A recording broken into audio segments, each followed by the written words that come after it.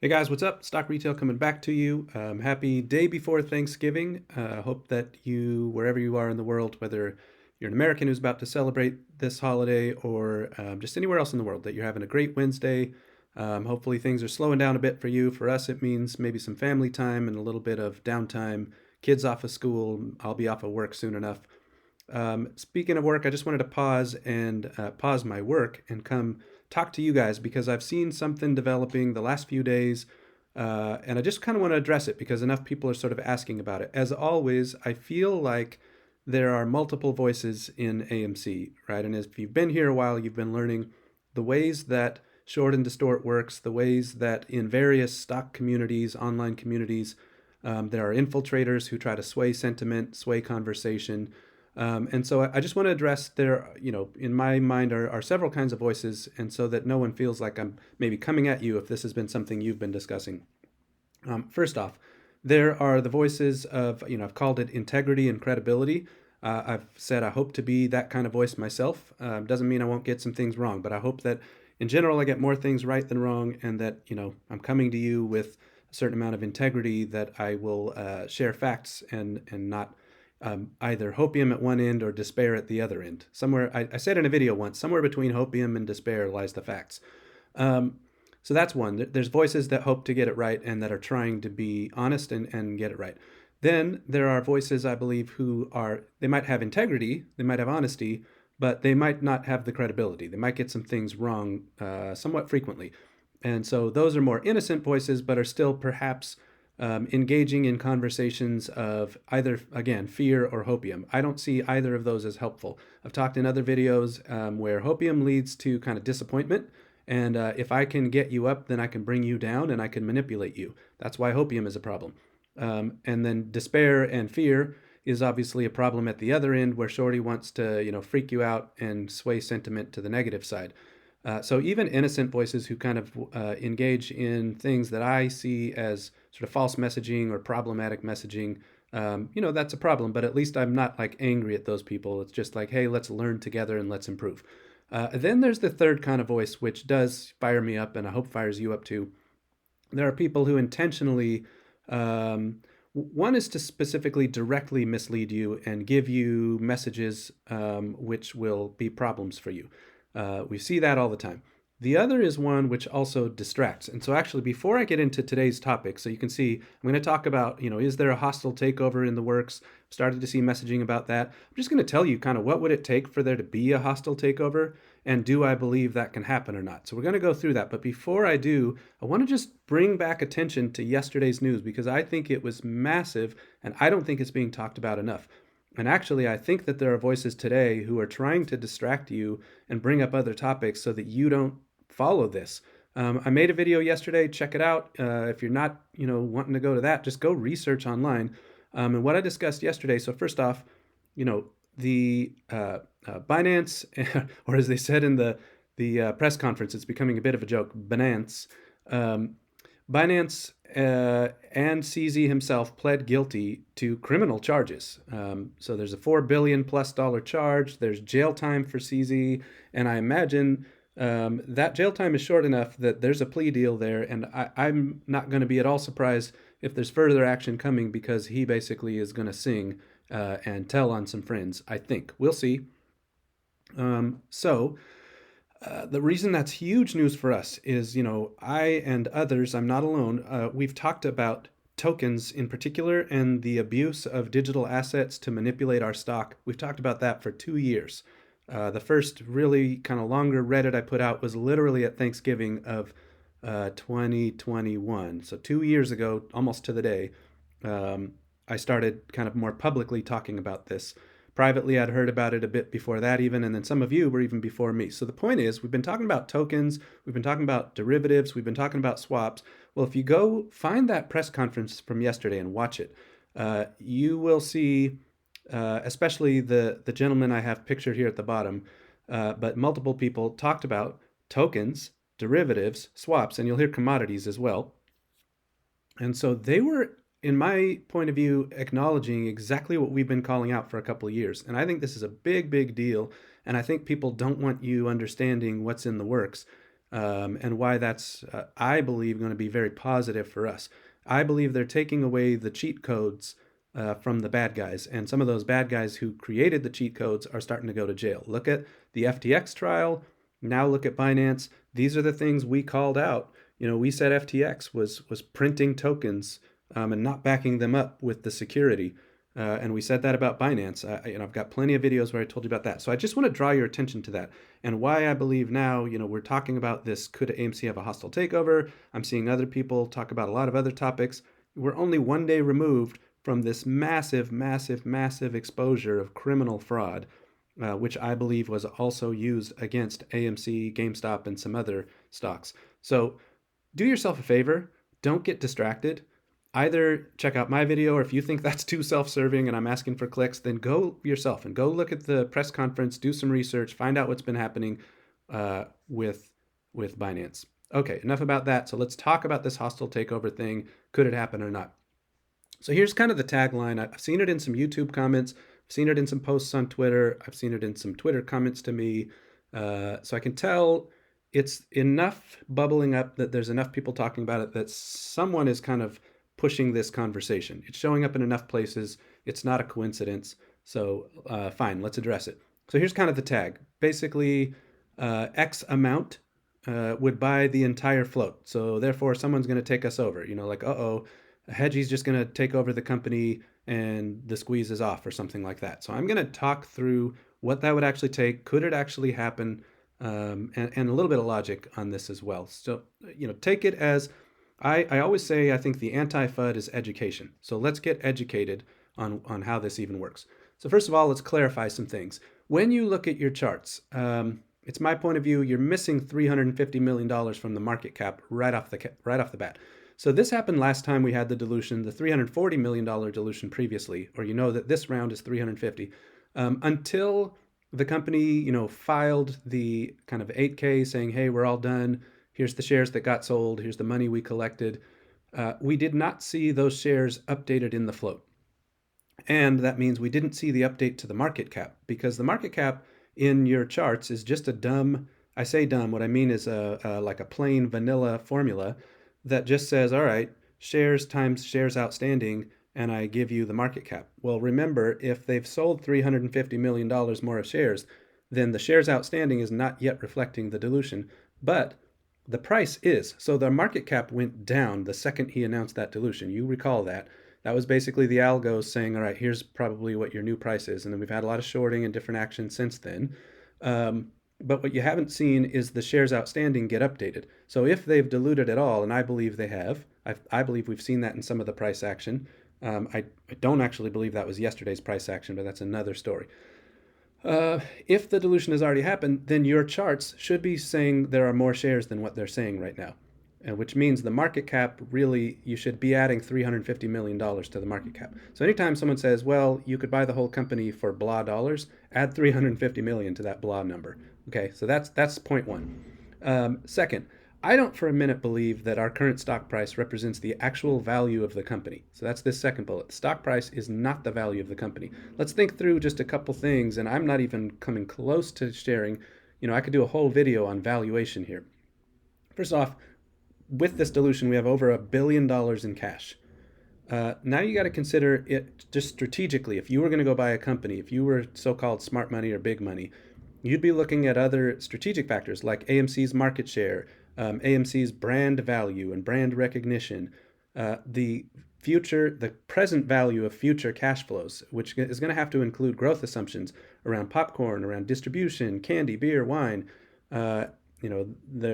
the market share AMC has on IMAX and Dolby, and the proliferation of sort of premium format screens. So there's a lot going on that you guys know my thesis that AMC is grossly undervalued just from a fundamental standpoint. I could do a valuation video and literally walk you through like a hardcore how a business person looks at this stuff, and I believe AMC is grossly undervalued. You could even just find a very simple view of it in terms of price to sales. Go find a video I did a long time ago, I don't know, 6 or 9 months ago, on price to sales ratio and how that could be working in AMC's favor as well. So there's a lot going on with AMC. Yes, you'd have to consider debt and other things in the valuation. But when I do the forecast video finally, I'm going to take you all the way through the end of 2024 as I see it. Perhaps I'll even do napkin math on 2025. I do have that already. I guess just the point of view is the numbers, the business itself is grossly undervalued, and there's no way someone's going to be able to buy this company for what the stock price is. That's what I'm trying to say to you. If someone was to actually try to buy this company, I believe they'd have to buy it at a significant premium over the stock price. And part of that is the final point on this slide. Guys, retail owns the float. I own the float. You own the float. If someone wants to buy this company, they're not coming to Adam. They're coming to you and me. Okay? They're going to have to buy the company from us. We own the company. Are you selling your shares at these prices? I'm not. So, like doing the math on today's share price and saying, well, someone could buy the company for that. I mean, we've seen recently there were kind of, stats, and I apologize. I didn't check before this video what the latest is. But, recently we saw like retail owned 90% of the float. Well, to get a controlling interest means you have to have more than 50% of the shares. You have to basically have 51% of the vote. So if we own 91% of the shares, even let's go smaller. Let's say we own 70 or 80% of the shares. I don't care. Pick a number, but it's way more than 51% of the float, which means they have to come to us and they have to come to me and say, can I please have your shares because I'd like to take over your company? And I'm going to say, take a hike. I'm not selling my shares at this price. So doing the math on today's share price and saying someone could take over the company at today's share price is just kind of bonkers. That's not going to happen. I think you understand what I'm saying. So just ask yourself, would I actually sell my shares at this price to allow someone to take over my company? If the answer is no, like we can just stop talking about this. It's not even worth discussing. Okay, jumping back in, I had to pause and edit, so apologies if there's a little bit of a jump from where I just was at. But I want you to just kind of know why you don't really have to have fear sitting over your head for the weekend. Now, I was kind of laughing because, frankly, I don't really watch a lot of horror movies, and if I watch this movie, I think it freaked me out. But just fun to highlight, the movies that are out there. We're a movie company. I love the movies. So hopefully you guys get to enjoy some movies over the weekend. If you want to enjoy this one, more power to you. But the point is, don't live in fear this weekend. Let's talk about, though I just kind of shared why I don't really think it would happen and why you need to kind of view this company as a whole heck of a lot more valuable than what the stock price says. That's a point of view. But let's also talk about, this idea of a hostile takeover, and that's the idea being planted in your head. And how can companies stop that? So the first thing is there is kind of this idea of a poison pill. And so I kind of encourage you to go educate yourself, go research this idea of a poison pill. So AMC, first of all, does not have a poison pill on the books per se. Like there's not an official one. But when a company seeks to or when an investor seeks to engage in a hostile takeover, there is a lot of court precedents for this idea of a poison pill that a company can enact. And one of the kind of methods of stopping a company from having a hostile takeover is to basically say, hey, I'm going to block you from getting to that 51% share ownership. Well, to do that, you've got to be able to dilute. And so let's just talk about AMC has in its back pocket all the preferred equity shares. So basically, it's the equivalent of another 500 million shares versus today's float. They've got 5 million preferred equity shares. Remember that a preferred equity, when we got APE, that's a derivative. So preferred equity is worth 100 shares of common stock. So that's why I'm saying the 5 million times the 100. So there's 500 million shares equivalent that they have, which is quite a bit more than today's float, right? And then on the common stock side, it's, I haven't done the math recently, but let's just call it more than 300 million more shares, even after this most recent dilution, that they could issue. So if that's combined, about 800 million shares equivalent that the board has access to put out into the float and dilute the float, you could very easily block someone from getting 51% of shares. And in particular, just think of the vote. The whole point is getting enough of the vote so that you can vote yourself to be in charge of the company. I don't see that happening. AMC has the defensive mechanisms to block anybody who tries to do that. And again, go back. Actually, I guess I'm skipping really to the bottom line here. Retail owns the float. If someone wants to take this over, at some point there's going to have to be a vote. Like let's say they make an offer to buy a bunch of shares, and we're going to basically vote on saying, yeah, no, I'm not taking your price for those shares, or yes or no kind of a thing. And I would say no, right? I'm here for something pretty big. And then you need to understand in the middle here that there is a rotating board. So effectively, it would take 6 years to overturn this board completely and like get everybody out and get all new people in. That was something we just voted on in the proxy vote, you recall, but not enough retail holders voted, and there was a lot of broker non-votes that turned into no votes. So if you recall, basically everything in the vote failed. I think there was like one item that passed, but so those are basically defensive mechanisms. I've talked about that in past DD all the way back to 2021, because, by the way, people tried to bring up this idea in 2021 as well. And the fact that there's a rotating board is another block to a takeover. You can't just put a bunch of friendlies on the board overnight and have the board vote in your favor. It would take 6 years to replace this board. So the idea of a poison pill, the idea of dilution, the idea that AMC could issue a bunch more shares and stop someone from getting 51% of the vote, that is anti-hostile takeover. The fact that there's a rotating board, that's anti-hostile takeover. And the fact that retail, myself, you guys, is not going to just say, oh, sure, I guess I give up on the squeeze. You can have my company. Like, we're not going to say that. So just like, don't even entertain this idea. That's my opinion. I think it's silly from the get-go, and we shouldn't even be talking about it. Okay, I do want to just, I said I won't engage in hopium. I will engage in facts. There's only really, because I just said, let me go back. Because I just said all the ways that it cannot happen, I think in my head, and you guys, someone out there smarter than me can correct me if I'm wrong, and then I'll maybe come back and share. But in general, I can only think logically of one way you're taking over this company. You got to own the 2026 debt, right? The only way, and by the way, this is Shorty's entire hope too, and it's just not happening. And that's why you saw Chanos walk away. Like, they're giving up. They're starting to wave the white flag. And I think we'll see more, and we're going to win. That's my point of view. But let's just entertain it for logic's sake. Like, when you play chess or you play other strategy games, you entertain in your mind, how's the other guy going to try to beat me? And then you just know how to beat them, right? You can head off their strategy. Okay, so if I were a bad guy, I would basically find a way to take over the 2026 debt, and I would be betting that AMC can't pay it off and that I'm just going to take over the company when they default.